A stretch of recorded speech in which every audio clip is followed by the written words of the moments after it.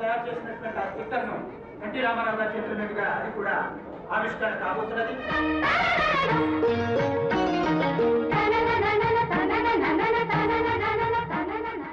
శ్రీ లక్ష్మీ ప్రసన్నానికి చేసిన వేదంలో జన్మ జన్మలకు ఎంతో మంచి ఏ భోజనం సుఖం ఉన్నా అందుకే ఆ మహారాజు ఆ వేదంలో చేసే అవకాశం ప్రతిక్షణం ఆయనతో ఎంత ఆనందంగా ఫీల్ అయ్యాను.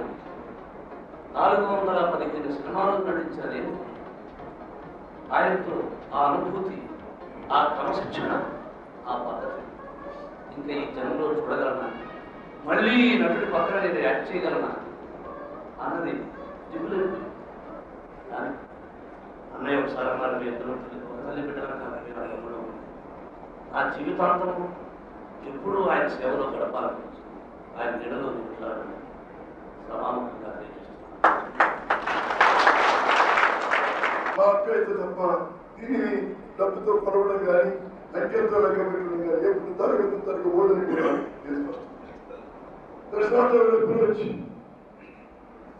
మానవాతీతమైనటువంటి మమతలకు అతీతమైనటువంటి ధనానికి అతీతమైనటువంటి వ్యాపారం అందుకోలేనటువంటి అంతస్తులో కనిపిస్తున్నది. దానికి ఒక కారణం కూడా ఉంది. ఆయన నాకు అజ్ఞాతంగా బయట పెట్టేవాడు కాదు, ఆయన దగ్గరికి వచ్చేవాడు కాదు.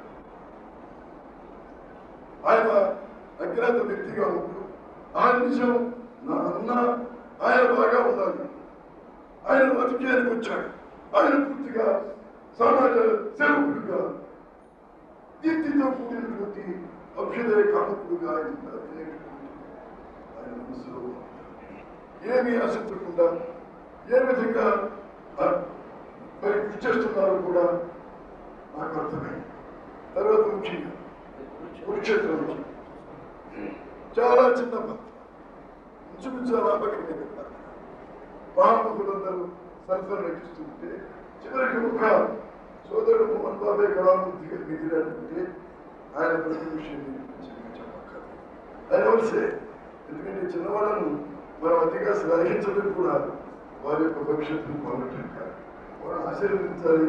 ఇది వీటి కూడా ఆశీర్వదించుకుంది కాబట్టి అవకాశం వచ్చింది కాబట్టి అందరి మధ్య చెప్పాల్సి వచ్చింది కాబట్టి నేను చెప్పకుండా ఉండాలి.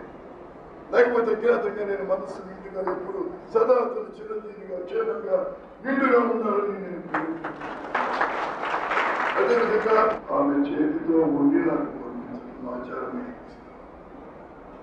అటువంటి ఆప్యాయతను సామాన్యంగా మనం అందుకోలేని సమాజంలో అంతా కూడా తన వ్యాపారాత్మకంగా సాగే ఈ జీవితంలో ఇందుకునేటువంటి ఆశాజ్యోతి, ఆ ప్రేమ విధానం, ఆ వృత్తి విధానం.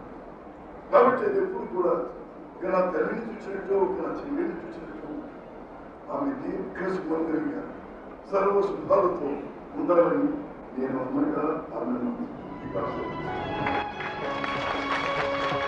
పుణ్యభూమి నా దేశం నమో నమామి, అన్యభూమి నా దేశం సదా స్మరామి.